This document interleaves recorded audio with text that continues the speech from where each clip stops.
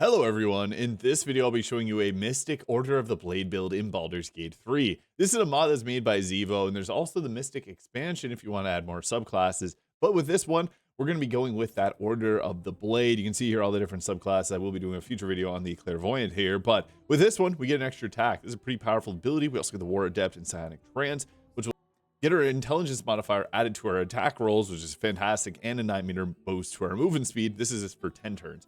We're very mobile with the Order of the Blade and with certain psionic disciplines. So there's 64 different choices here if you have the Mystic expansion mod. I think one of the best choices is the Celerity here. So this will give you the Psych Focus, giving you 3 meters of extra movement speed, and then Rapid Step, also increasing your movement speed. This will also give us the ability to get disadvantage. Enemies will have disadvantage on attack rolls against us, and we'll have advantage on dexterity saving throws against like Fireball and things like that. Gives us also the ability to turn invisible, to get disengage, and also action surge. So very powerful all the way through. There's also other choices if you want to go with the Psychic Assault or any really spellcasting ones, but I think the best choice at the start is that. Now for Psionic Talons, our cantrips here, I like to have Blade Melt. It just makes sense. This will basically make so we can't be disarmed as a bonus action. And then there's also Mind Slam, which will allow you to knock a creature prone. This is great because it can stop legendary actions or just set up your rogues for sneak attacks. As for the ability scores, I think it's best to go with a high dexterity score here of 16, 14 constitution, and 16 intelligence. Since we only get light armor proficiency, we're going to want to make sure that we're using something to keep ourselves alive, like a high dexterity or some other form of defense.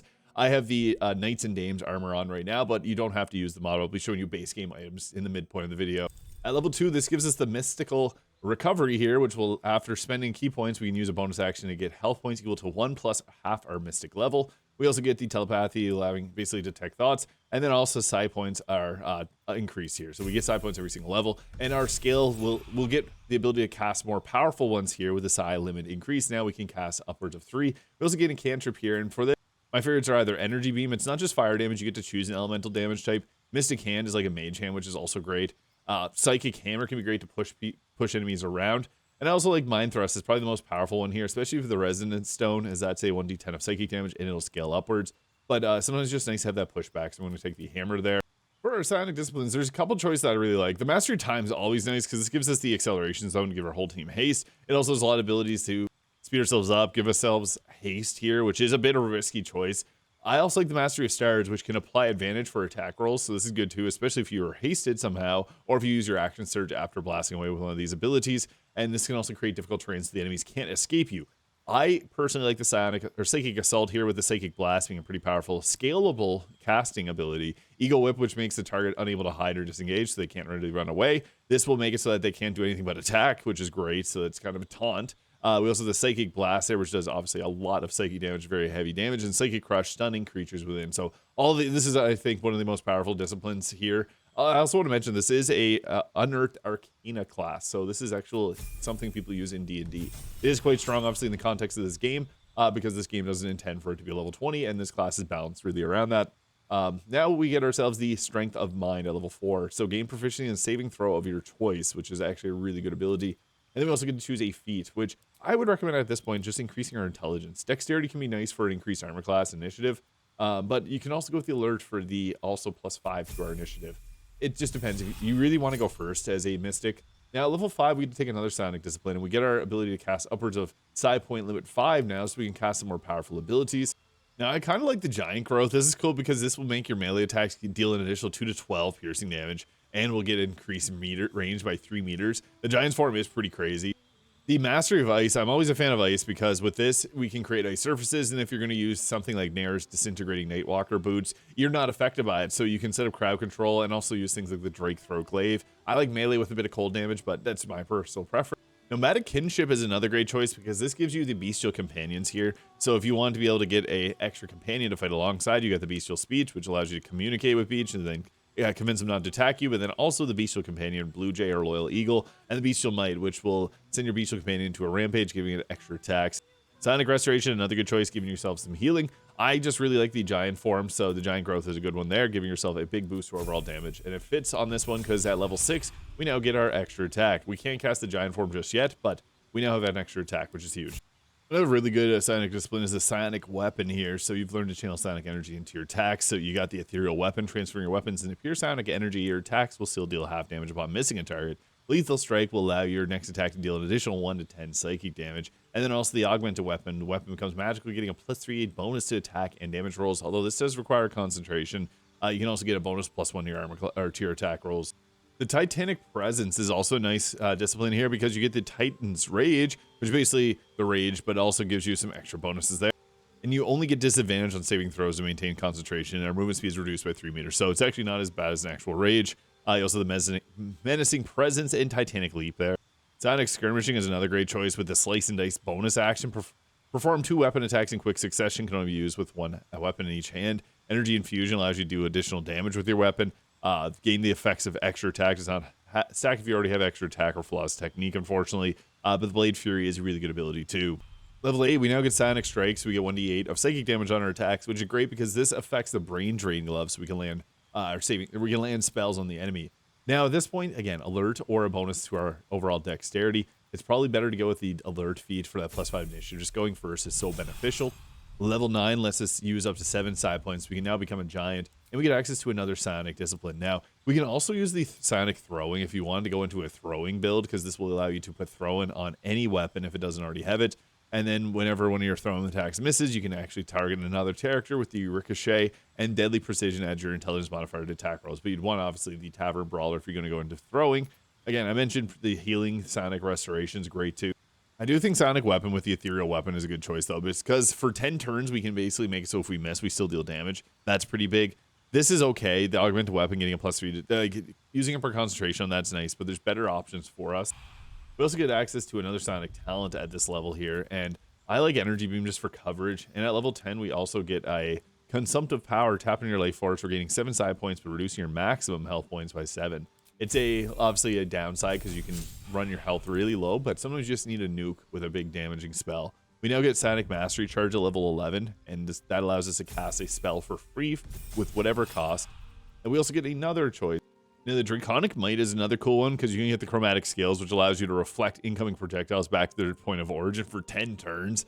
Insane concentration. You can make enemies become fearful. You got your Dragon Breaths. This can be really fun, especially if you like that style of play. If you want to be more of a leader, the Mantle of Command lets you actually choose your teammates and give them the ability to attack.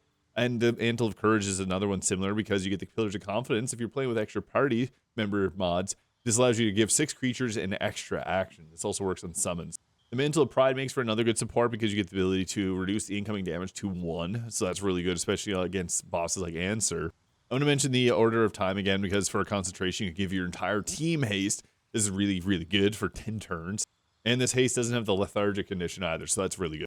Honestly, any of the nomadic ones work here. So like I mentioned the kinship previously with the summons, but the step gives you extra movement, which we have a lot of movement, but it can be nice. Pre-recognition can be good for just giving you initiative and also boosting up your teammates as well to make sure they move first in combat. Soul Reaper has some abilities that gives you extra healing and stuff like that, but I don't find it to be that great. Another really fun one is the Transcendent form, which gives you spectral arms. This was actually way more powerful. They nerfed it like a year ago, but basically allows you to do bonus action attacks. It previously was just absurd how much damage you could put out with this. I think I'm actually going to take Titanic Presence here just for the Titan's Rage. I think that's a really fun feature. And for our level 12 feat, we're now going to go with an increase to our dexterity there, just giving us a bit more armor class as well as potential to hit. Psionic Mastery Charge at level 13. You can stay at level 12. You don't have to go to level 13. I'm still going to show it off because it is cool to see the features here, like the increased damage that we get from that. The Psionic Trance was our subclass feature, which gives us 6 meters of increased movement speed and a bonus action attack, and damage rolls equal to our so we basically get our intelligence modifier added to attack and damage rolls, so it's going to be a +5 boost in a level or 2. And yeah, this is really strong. This basically makes this a very powerful combination of casting and melee attacking. Now, the Nomadic Arrow, I was talking about that earlier, is a cool one too because you can use a concentration to give yourself a bonus action. It's used as a bonus action, but then you get a free arrow attack every turn for 10 turns. Pretty good for a concentration. Another really good one, Iron Durability. You can get resistance to damage or physical damages, resistance for 2 turns, and also a reaction to increase your armor class by 3. I do want to mention the Infinite Abyss. This is a crazy one. So this basically allows you to become an aberration for 3 turns. Your Psionic Disciplines will cost no side points, and whenever your effect ends, you get reduced to 1 health point. So it's obviously a big burst. There's a few other bursty options.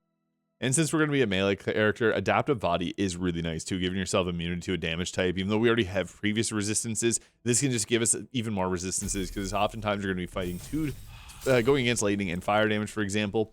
We also at level 16 get ourselves another feat. At this point, let's max our intelligence because this gets added to our attack and damage rolls.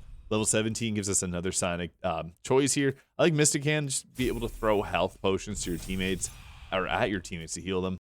Crown of Suffering also has a fun effect, giving a bonus action, making a target immune to all damage for a turn. This is extremely good in certain contexts, so that could be a really fun one. I'm just going to add the Master Time here because I think that Acceleration Zone is worth it. Even if you're only playing with yourself and like maybe one other companion, it's still very good. Now for our final ability score, we're going to go, I like the increase in dexterity because for better armor class and survivability. You can go Spell Stamper if you want Eldritch Blast, not really one that I would mention as being good, but Savage Attacker, also really nice. I guess it just gives you increased spell critical hit chance too, so that's another reason. But Savage Attacker is great for the extra damage.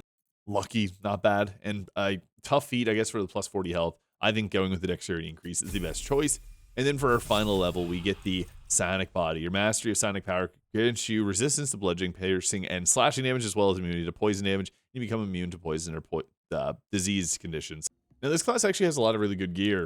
We can get our spell save up by using the Helmet of Arcane Acuity here, which is really nice because we're going to be doing lots of melee attacks. Haste Helmet in the early game is a good choice too. Really use whatever cloak, I got the cloak protection here. The Ballist Armor is great because this will make the enemies vulnerable to piercing damage in close range.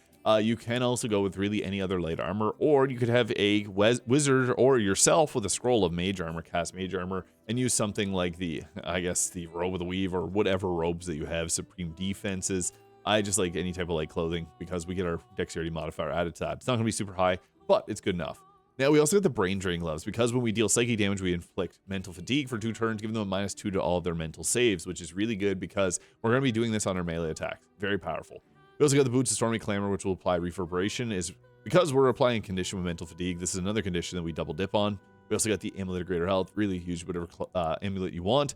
I have the Killer Sweetheart on here, but you can use the Eversight Ring to see in darkness, and then give yourself the Shadow Cloak Ring to give yourself, so you can pop down darkness, especially if you play as like a drow, you can get the darkness spell, and then pop down darkness, and then use something like your cloak or the ring here to be able to see in darkness and get the extra damage. We also have Snowbird's Ring, as mentioned, with the ice build. If you want to add a little icy cold damage on there, you can create surfaces, but you do need to use the Nair's Disintegrating Nightwalker boots instead. You can also use things like the Coruscation Ring, or I guess the Callous Glow Ring, to apply 2 points of radiant damage onto the enemy on your attacks if you're illuminated. And this is great because then you can use the gloves of the luminous gloves to apply radiating orbs instead of the brain drain gloves there. Now the Hellrider Longbow works great here, giving us a +3 to initiative. We'll always be going first. I'm using the Crimson Mischief for the extra damage. It's 7 extra damage, which is 14 because of our armor there. But yeah, you can use the Knife of the Undermountain King in Act 1. Great choice. The Justiciar Scimitar is great too, although it doesn't actually... Justiciar Scimitar doesn't have a weapon tag. It doesn't count as any type of weapon. It's kind of weird in that way, whereas that's actually a short sword. There's also the Cold Snap Dagger. You can put in the offhand to get a +1 to AC and then chill the target. This works exceptionally well if you want to go on a cold-based caster focus. Now, I also have, I guess, the Orange Dagger in the offhand as well for the extra armor class. And the Mystic Arsenal also allows you to choose a fighting style. I would recommend going with the thrown weapon fighting is a pretty good one, but since we're using 2 weapons, dueling could be an okay choice, or archery, I guess, really. I'm going to throw thrown weapon fighting on there just for fun. If you went with the thrown weapon discipline, that actually boosts it up even further. We also have that Strength of the Mind, so you get to pick a saving throw.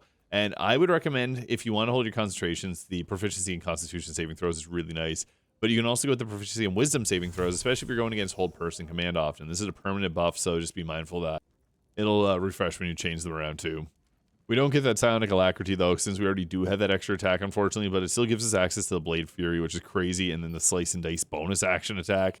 Then we also have the Giant's Form there, which lets us go pretty big here and getting that extra damage onto our attacks, which you can see Slice and Dice now doing upwards of 72 damage, and yeah, it gets pretty absurd. And also take the Sonic Focus, Sonic Skirmishing as well, which will give you the 2-weapon fighting, which will further boost our damage. Slice and Dice doing upwards of 80 now. And we have this really cool pink fire on our blade there. Now, I guess the first thing we want to do is just, obviously we got a lot of spells that we can cast, so it's good to get our spell save DC up, but if you notice, like there's right here a large group of enemies together, this is where something like the Psychic Crush can be extremely powerful, because that's going to stun targets, but we also got the Psychic Blast there if they're in a closer range. You can also upcast this one, you can see there, large area of effect on these. These are obviously very powerful. Psychic Crush though is pretty nice though, because we're able to hit all these targets here, so I'm just going to blast away with that. And then that was our first action, obviously very overpowered this class is. This target here is stunned. We rolled a 39 on the hit, but I wanted the free crit, so Went with that. I unfortunately used my bonus action. You should always turn off dual wielding pressing R because this eats up the bonus action for Slice and Dice, which eats our 2 side points. But obviously, we took out a lot of targets in a single turn, so we don't even have to worry. We can do an extra attack, but we can't actually hit anyone here, so I'm just going to attack the floor. Now, Future Sight is a really cool one because Shadowheart's about to get attacked. They need a 13 to hit. They roll 14. We can use Future Sight to re-roll that attack roll using a reaction and 3 side points, which unfortunately did not save Shadowheart. Womp womp. Oh no, I got hit with command. That was an unfortunate thing about eating up my reaction there. But you know what? I'm going to try it again. Yeah, we'll see if we can save Shadowheart. Oh my god, we re-rolled it into a critical hit. No. I guess it's one of the downsides of something like that, is you can sometimes get bad luck and re-roll it into a crit. But we were able to apply reverberation there, so that's kind of nice. And we got hit with command again. Even with our boost to wisdom saves, we're getting hit with those pretty unlucky. Here, we can actually turn a critical hit into a miss, maybe. It's still a hit, but it wasn't a crit. Great googly moogly. The game wasn't going my way because we would just destroy the first round of combat. But I'm now going to use the Slice and Dice, even though we don't have that extra 2d6 times 2, is still very high damage. And it's got this cool effect here, so yeah, you got that really cool jump, Sonic Strike critical. Boom, hitting that extra critical damage. Yeah, we did a lot of damage there. Now, we do have other options, like we can use our, obviously we have the Psychic Attack, Psychic Blast, things like that. But I also really like this Acceleration Zone, so you have to be mindful that this is going to boost up anybody, giving an extra action to those that are inside it. I already have an extra action on my character from haste, but you can then have your teammates run here. Like this, Minsk actually held me up. He ran out of his action. He now has his action back. Pretty fun ability. I really do like that one, especially because we do have other concentration that buff us up. That is a really powerful ability to bestow upon our team. Now we can also get some extra, I guess we'll use a menacing presence here. This will force everyone to attack just us, so it's basically like a threat, and then actually apply the reverberation thunder damage, knocking them prone. Kind of funny. Oof, they rolled a 31 to hit Shadowheart, so we're going to re-roll that one. Yeah, it was likely still going to hit her. Her armor class is really low. And we hit them with reverberation, so that was at least something nice. They got an extra action, but it didn't end up making them attack us, so that was really good. I was a little scared about that. So I guess we could also have used Blade Meld there before combat. I also have the Titan's Rage, which is basically like a rage for this. We have disadvantage on our saving throws to maintain concentration, but it's a nice boost to our damage, so we can go with that.